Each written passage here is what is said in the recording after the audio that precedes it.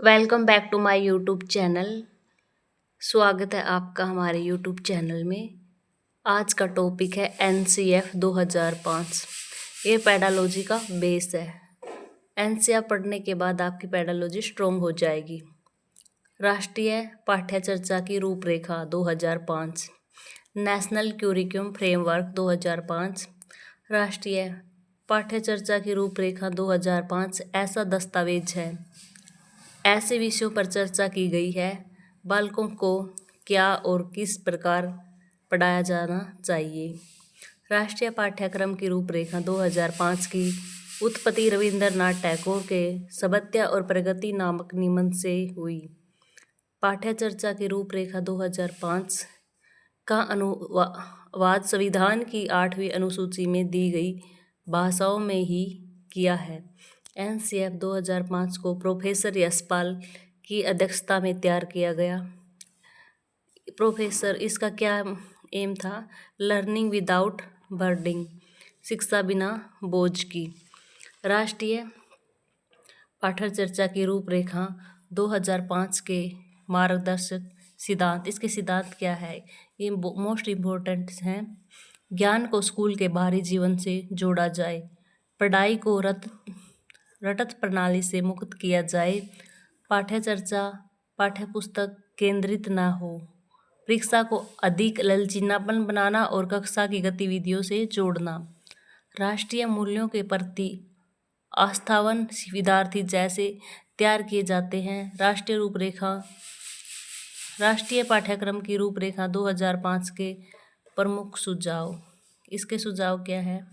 बालक सक्रिय, child active है। वह समय से जाने और सीखे और नई नई चीज़ों को आजमाए, जोड़ तोड़ करे, गलतियाँ करे और स्वयं सुधारे।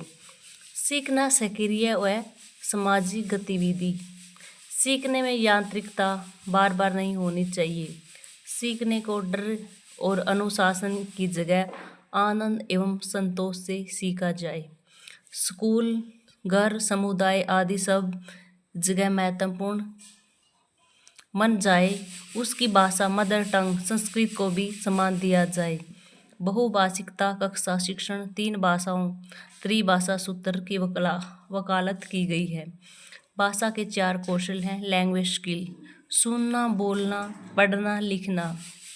LSRW, किसी भी प्रकार की सूचना को ज्ञान मानने से बचा जाए। विद्यार्थियों को दी जाने वाली शिक्षा में शिक्षण सूत्र ज्ञात से अज्ञात की ओर, मूर्त से अमूर्त की ओर आदि शिक्षण सूत्रों का अधिक से अधिक प्रयोग किया जाना चाहिए।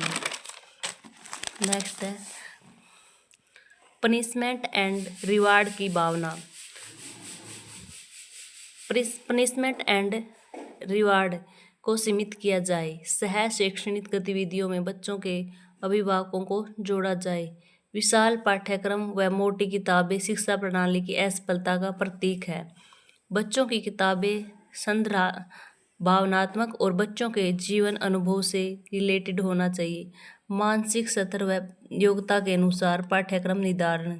2005 का प्रमुख सूत्र बिना बार के अधिगम या लर्निंग विदाउट बर्डन। मूल्यों को उपदेश देकर नहीं, वातावरण देकर स्थापित किया जाए।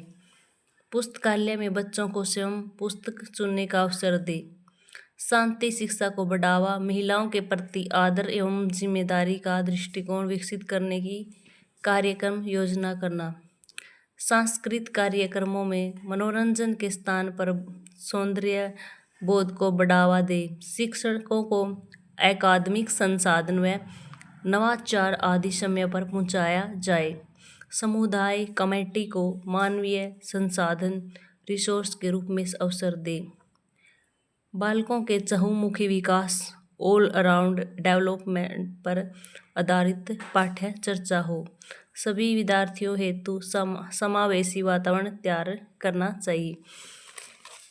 एनसीएफ के अकॉर्डिंग मैथ्स ऑब्जेक्टिव ये क्या है? इसके अनुसार प्राइमरी क्लास में मैथ्स का नेचर एकीकृत होना चाहिए।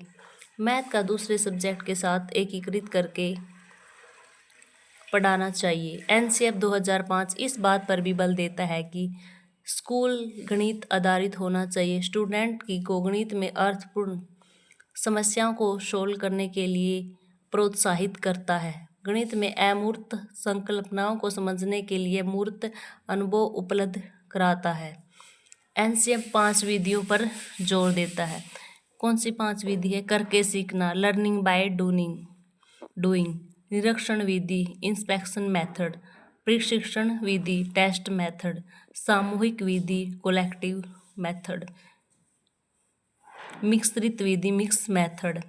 एनसीएफ 2005 में शिक्षक के प्रति दृष्टिकोण शिक्षक ज्ञान का स्रोत नहीं अपितु ऐसा सुगम करता जो सूचना अर्थ बोध में बदलने की प्रक्रिया विधि द्वारा उपायों द्वारा बच्चों हेतु सहायक हो।